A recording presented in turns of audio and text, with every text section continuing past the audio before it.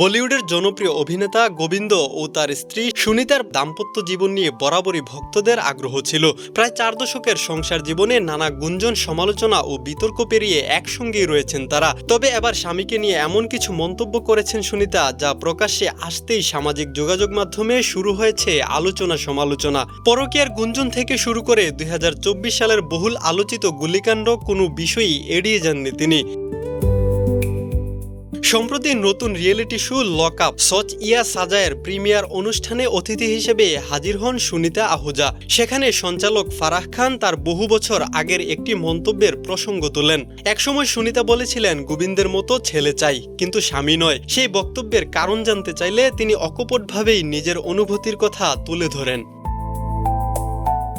সুনিতার ভাষ্য, প্রেম বা দাম্পত্য জীবন কখনোই সহজ নয়। একজন মানুষের সঙ্গে দীর্ঘ সময় সংসার করতে গেলে অনেক ত্যাগ স্বীকার করতে হয়, অনেক কিছু মেনে নিতে হয়। তিনি দাবি করেন, গোবিন্দের জীবনে একাধিক সম্পর্ক ছিল এবং বলিউডে এমন ঘটনা খুবই সাধারণ। তবে এসব কারণে তিনি কখনো সংসার ভাঙার সিদ্ধান্ত নেননি, বরং সবকিছু সহ্য করেই তিনি সম্পর্কটিকে টিকিয়ে রেখেছেন।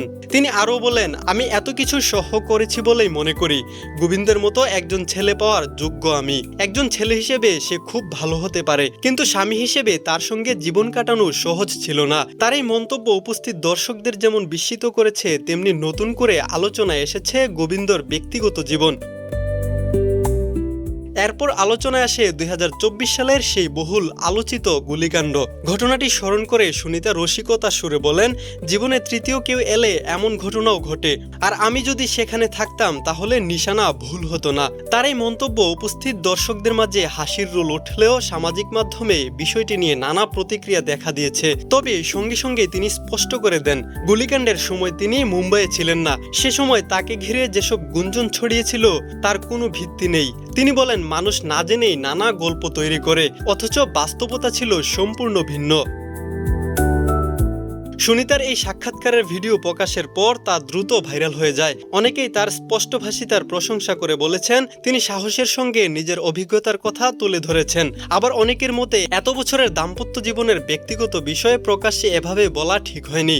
কেউ কেউ মনে করেন এতে গোবিন্দের ভাবমূর্তি ক্ষতিগ্রস্ত হতে পারে।